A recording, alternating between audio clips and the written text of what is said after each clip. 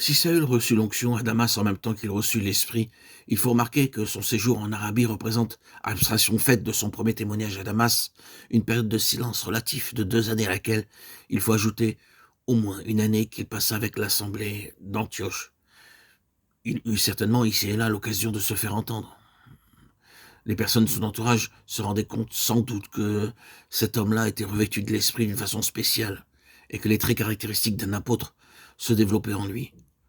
Ce ne fut pourtant qu'au bout de 3 ans en tout que le Saint-Esprit dit « Mettez-moi à part Barnabas et Saül pour l'œuvre à laquelle je les ai appelés. » Alors seulement, on lui imposa les mains et on les laissa partir. Mais aussi, désormais, l'onction va se manifester librement, pleinement et dans un ministère bien déterminé. C'est cela que Saül a attendu. L'onction, il avait peut-être, en tout cas l'Esprit, était avec lui. Mais maintenant, il fait un pas décisif dans l'œuvre que Dieu lui a préparée et pour laquelle il l'a prédestiné. Il faut que les choses atteignent ce point-là pour que l'onction puisse se manifester dans toute sa puissance. Que s'est-il passé pendant les années antérieures? Je n'ai aucun doute que les 2 ans d'Arabie n'aient été pour l'homme qu'était Saül de Tarse des années de salutaire amoindrissement. Écrivant aux Romains, il dira plus tard qu'il sert Dieu dans son esprit et dans un esprit nouveau. Épître aux Romains 1, 9, 7, 6. Il y a là une allusion à un changement considérable qui a pris place dans son existence. Quelle différence entre l'esprit dans lequel Saül de Tarse servait Dieu naguère et l'esprit nouveau dans lequel l'apôtre Paul le sert maintenant. Oui, Saül était en train de disparaître. Il prenait dans la maison de Dieu une attitude de dépendance qui n'était certes pas naturelle à un homme comme lui. Si jamais quelque chose a été étranger à une nature humaine, c'est bien la soumission et la dépendance pour Saül de Tarse. Pouvez-vous vous imaginer Saül de Tarse se soumettant à qui que ce soit?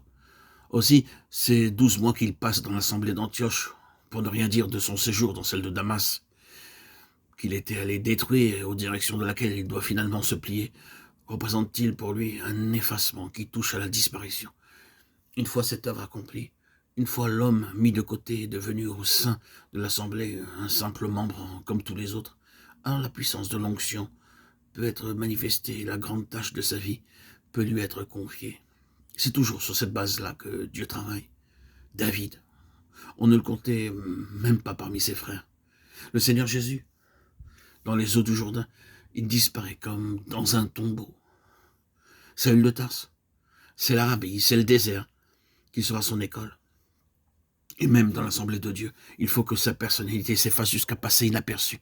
Alors, mais alors seulement, et sur cette base-là seulement, l'onction, c'est-à-dire la vocation, le service, peuvent venir au premier plan. Il y a là quelque chose qui n'est pas l'œuvre d'un jour, bien-aimé. Dieu peut venir à bout de notre personnalité, mais pour cela le temps est un facteur essentiel.